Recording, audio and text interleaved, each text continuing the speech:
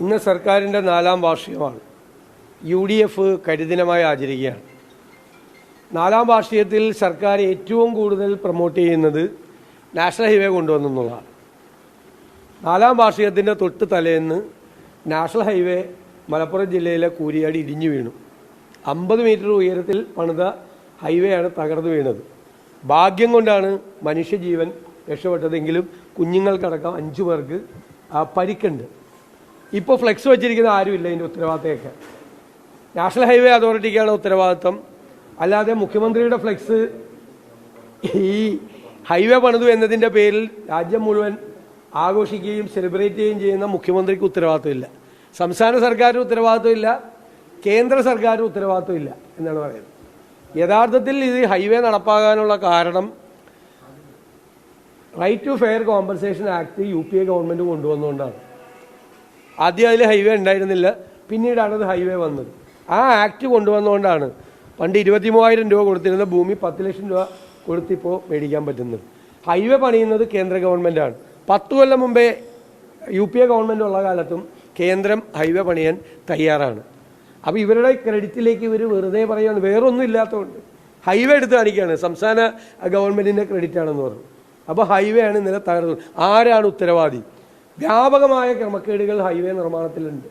വ്യാപകമായ ഒരുപാട് സ്ഥലങ്ങളിൽ, നിരവധിയായിട്ടുള്ള സ്ഥലങ്ങളിൽ സമരങ്ങൾ നടക്കുകയാണ്. അടിപ്പാതകൾ പോലും കൊടുക്കാതെ ജനങ്ങളെ ലോക്ക് ചെയ്തിരിക്കുകയാണ് പല സ്ഥലത്തും. ഈ കാര്യത്തിലൊന്നും സംസ്ഥാന സർക്കാർ ഒരു തരത്തിലുള്ള ഇടപെടൽ നടത്തുന്നില്ല. നിങ്ങൾ ഈ മഴ പെയ്യാൻ പോവാണ്, മൺസൂൺ ആരംഭിക്കാൻ പോവാണ്. മൺസൂൺ ആരംഭിച്ചാൽ ഒരുപാട് പേരുടെ ജീവിതം വെള്ളത്തിലാണ്. കാരണം ഹൈവേ പണിയുന്നത് അശാസ്ത്രീയമായിട്ടാണ് പല സ്ഥലത്തും പണിതിരിക്കുന്നത്. രൂക്ഷമായ വെള്ളക്കെട്ടാണ്. പൈപ്പ് ലൈൻ, കുടിവെള്ള വിതരണ ലൈൻ പല സ്ഥലത്തും പൊട്ടിച്ചിട്ടിരിക്കുകയാണ്. പല സ്ഥലത്തും തോടുകൾ മൂടിയിരിക്കുകയാണ്. വളരെ അശാസ്ത്രീയമായി പണിതെന്നൊന്നും ശ്രദ്ധിക്കാൻ സംസ്ഥാന ഗവൺമെൻറ് നേരമില്ല. സംസ്ഥാന ഗവൺമെൻറ് ഒരു കോർഡിനേഷനും നാഷണൽ ഹൈവേ അതോറിറ്റിയായിട്ടില്ല. ഈ ക്രമക്കേടുകളെല്ലാം ജനപ്രതിനിധികളായിട്ടുള്ള ആളുകൾ ചൂണ്ടിക്കാണിച്ചിട്ട് പോലും സംസ്ഥാന സർക്കാർ ഇതിന് മുൻകൈയെടുത്ത് നാഷണൽ ഹൈവേ അതോറിറ്റിയെ കൊണ്ട് ഈ കുറ്റങ്ങൾ പരിഹരിക്കാനുള്ള ശ്രമം നടത്തുന്നില്ല. ഇലക്ഷന് മുമ്പ് ഇത് തീർത്ത് സംസ്ഥാന സർക്കാരിൻ്റെ ക്രെഡിറ്റിലാണ് ഹൈവേ പണിതെന്ന് വരുത്തി തീർക്കാനുള്ള ശ്രമമാണ് നടക്കുന്നത്. വ്യാപകമായി ജനങ്ങൾ എല്ലാ സ്ഥലത്തും അടിപ്പാതകൾക്ക് വേണ്ടി സമരങ്ങൾ നടത്തുന്നത് തിരിഞ്ഞു നോക്കുന്നില്ല. കളക്ടർമാർക്ക് സർക്കാർ നിർദ്ദേശം കൊടുത്തിരിക്കുന്നത് അതൊന്നും ശ്രദ്ധിക്കേണ്ടെന്നാണ് ജനങ്ങളുടെ ആവശ്യം. അതെങ്ങനെയാണ് നോർത്ത് ഇന്ത്യയിൽ ഹൈവേ പണിയുന്നത് പോലെ കേരളത്തിൽ ഹൈവേ പണിയാൻ പറ്റുമോ? അത് ശരിയല്ല. അപ്പോൾ തെറ്റായ രീതിയിലാണ്. ഇപ്പോൾ ഗവൺമെൻറ് കഴിഞ്ഞ ദിവസമാണ് പോലീസ് സ്റ്റേഷനിൽ ബിന്ദുവിൻ്റെ ഒരു അനുഭവം ഉണ്ടായത്. എങ്ങനെയാണ് മുഖ്യമന്ത്രിയുടെ നേതൃത്വത്തിൽ പോലീസ് സ്റ്റേഷനുകൾ പ്രവർത്തിക്കുന്നതിൻ്റെ ഏറ്റവും വലിയ ഉദാഹരണമാണ് തിരുവനന്തപുരത്ത് നടന്ന പെരുകട സ്റ്റേഷനിൽ നടന്ന സംഭവം. ഹൈവേയുടെ കാര്യത്തിൽ ഇന്നലെ ഇതുണ്ടായി. 4ാം വാർഷികം ഇങ്ങനെയാണ്. 4ാം വാർഷികത്തിൽ ഈ സംസ്ഥാനത്തെ മുഴുവൻ തകർത്തു തരിപ്പണമാക്കിയ ഒരു ഗവൺമെൻറ്റാണ്. ഭയങ്കര തൊലിക്കെട്ടിയാണ് ഇവർക്ക് ഇത് ആഘോഷിക്കാൻ വേണ്ടിയിട്ട്. ഒരു പൈസ ഖജനാവിൽ ഇല്ലാത്ത സമയത്ത് കേരളം ഈ സംസ്ഥാനം കണ്ട ഏറ്റവും രൂക്ഷമായ ധനപ്രതിസന്ധിയിലേക്കും കടക്കെണിയിലേക്കും കൂപ്പുകുത്തിയിരിക്കുന്ന ഈ സമയത്താണ് കോടികൾ മുടക്കിയുള്ള ആഘോഷങ്ങൾ നടത്തുന്നത്. കോടികൾ മുടക്കിയുള്ള ആഘോഷങ്ങൾ നടത്തിക്കൊണ്ടിരിക്കുകയാണ്. ആ ആഘോഷങ്ങളെ പ്രൊമോട്ട് ചെയ്യാനാണ് പരസ്യമല്ലാതെയുള്ള പണം ചെലവാക്കുന്നത്. ഞാൻ ഇന്നലെ മുഖ്യമന്ത്രിയോട് ചോദിച്ചു, മുഖ്യമന്ത്രി പറയണം പരസ്യം കൊടുക്കുക. ഏത് ഗവൺമെൻറ്റിനും പരസ്യം കൊടുക്കുക. എല്ലാ ഗവൺമെൻറ്റുകളിലും പരസ്യം കൊടുക്കാറുണ്ട്. പരസ്യമല്ലാതെ ഈ ഗവൺമെൻറ് മികച്ചതാണ്, ഈ മന്ത്രി മികച്ചതാണ്, ഈ വകുപ്പ് മികച്ചതാണ്, ഈ സർക്കാർ ഗംഭീരമാണ് എന്ന് പരസ്യമല്ലാതെ വാർത്ത വരുത്തുന്ന രീതിയിൽ മാധ്യമങ്ങളെ കൊണ്ട് പണം കൊടുത്ത് ചെയ്യിപ്പിക്കുകയാണ്.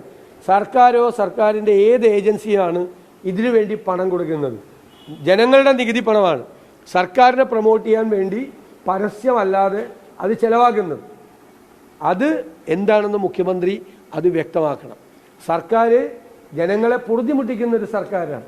അതുകൊണ്ടാണ് UDF സംസ്ഥാന വ്യാപകമായി, ഞാൻ എൻ്റെ വിശദാംശങ്ങളെല്ലാം ഇന്നലെ എല്ലാം വിശദീകരിച്ചു പറഞ്ഞു എന്തുകൊണ്ടാണ് UDF കരിദിനം ആചരിക്കുന്നത് എന്ന് ഞങ്ങൾ വളരെ വ്യക്തമായി സൂചിപ്പിച്ചു.